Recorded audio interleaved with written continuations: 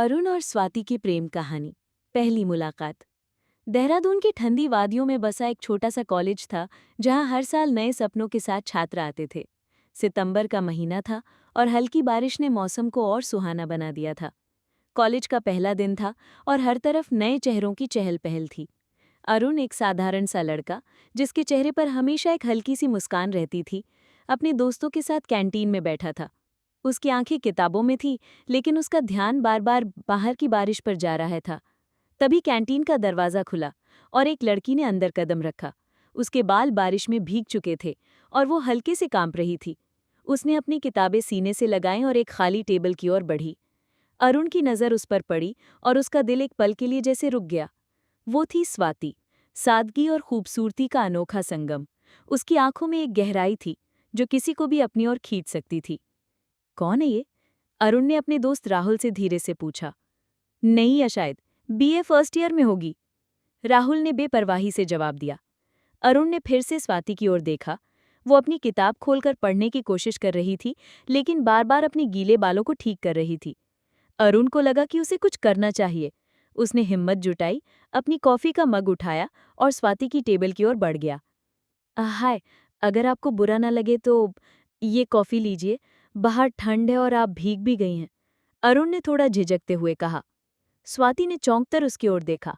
उसकी आंखों में एक पल के लिए आश्चर्य था, फिर वो मुस्कुराई।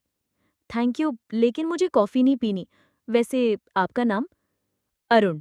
Arun Mehra, third year English literature, उसने जल्दी से जवाब दिया। मैं Swati, Swati Sharma, first year history, उसने अपनी किताब बंद करते हुए कहा। इस तरह उनकी पहली मुलाकात हुई। बातों का सिलसिला शुरू हुआ और दोनों को लगा जैसे वो एक दूसरे को सालों से जानते हों।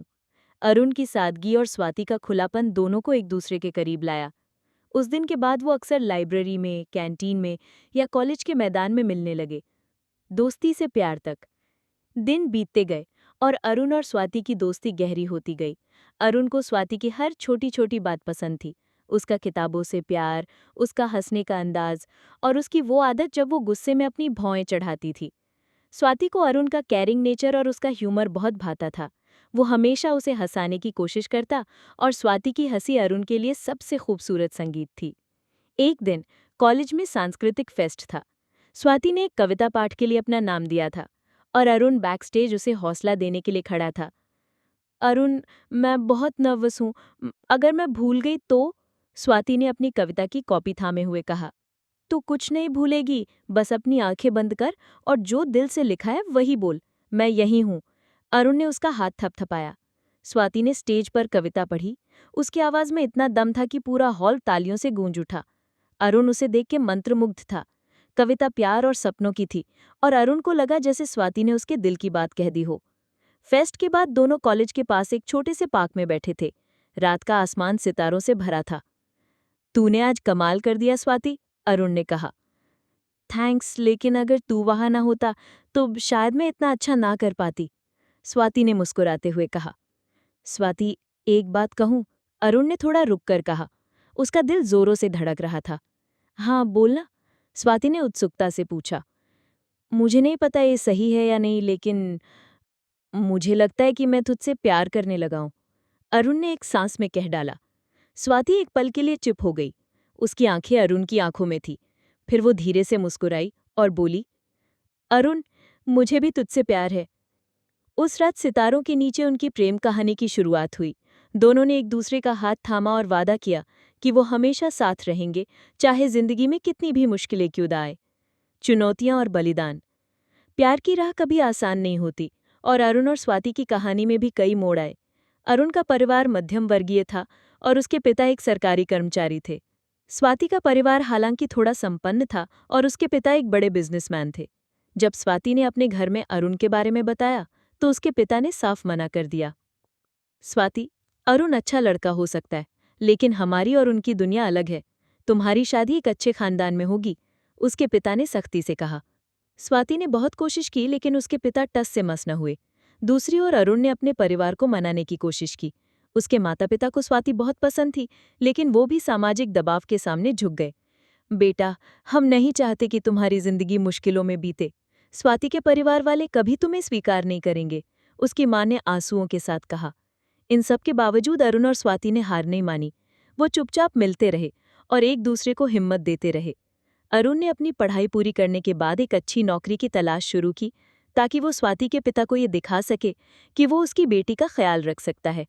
एक दिन स्वाति के पिता ने उसे एक लड़के से मिलने के लिए बुलाया। वो लड़का विदेश में पढ़ा हुआ था और एक बड़ी कंपनी में काम करता था। स्वाति ने साफ मना कर दिया, जिससे उसके पिता बहुत नाराज हुए। अगर तुमने मेरी बात नहीं मानी तो मैं तुम्हें इस घर से निकाल दूंगा, उन्होंने गुस्से में कहा।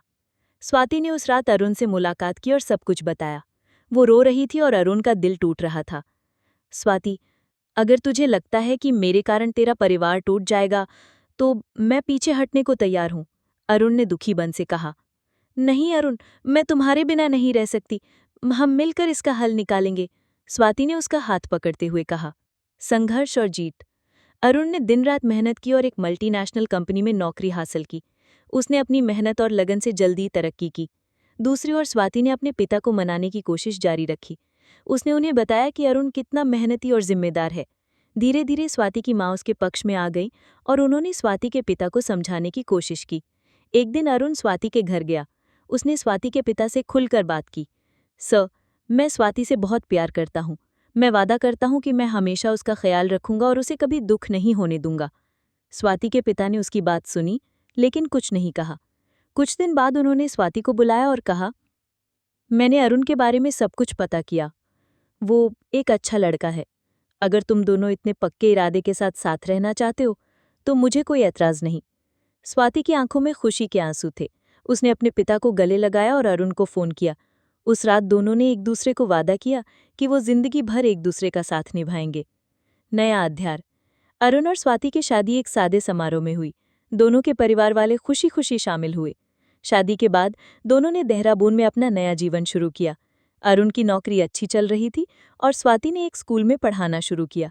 दोनों ने मिलकर एक छोटा सा घर बनाया, जहां हर कोने में उनके प्यार की खुशबू थी। कभी कभी जब बारिश होती तो दोनों अपने कॉलेज के दिनों को याद करते। वो उस कैंटीन में जाते जहां उनकी पहली मुलाकात हुई थी और एक दूसरे को देखकर मुस्कुराते। अरुण, तुझे याद है तूने मुझे कॉफी ऑफर की थी और मैंने मना कर दिया था, स्वाति ने हंसते हुए कहा। हाँ, और मुझे लगा था कि तुम मुझे बहुत रूखा जवाब देगी, लेकिन तूने तो मेरे दिल को चुरा लिया, अरुण ने उसका हाथ थामते हुए कहा। उनकी जिंदगी में छोटी मोटी मुश्किलें तो आती थीं, लेकिन उनका प्यार हर मुश्किल को आसान कर देता था। अरुण और स्वाति की कहानी एक ऐसी प्रेम कहानी थी जो हर उस इंसान को प्रेरित करती थी जो सच्चे प्यार में विश्वास रखता था। उपसंहार। आज कई साल बाद अरुण और स्वाति अपने 2 बच्चों के साथ एक खुशहाल जिंदगी जी रहे हैं। उनका घर हंसी और प्यार से भरा है। वो हमेशा अपने बच्चों को यही सिखाते हैं कि अगर दिल से दिल तक का रास्ता सच्चा हो तो कोई भी मुश्किल उसे रोक नहीं सकती। उनकी कहानी उस बारिश की तरह है जो पहले तो सब कुछ भिगो देती है, लेकिन फिर सब कुछ हरा भरा और ताज़ा कर देती है। अरुण और स्वाति का प्यार एक ऐसी मिसाल है जो बताती है कि सच्चा प्यार वक्त, हालात और समाज की हर दीवार को तोड़ सकता है।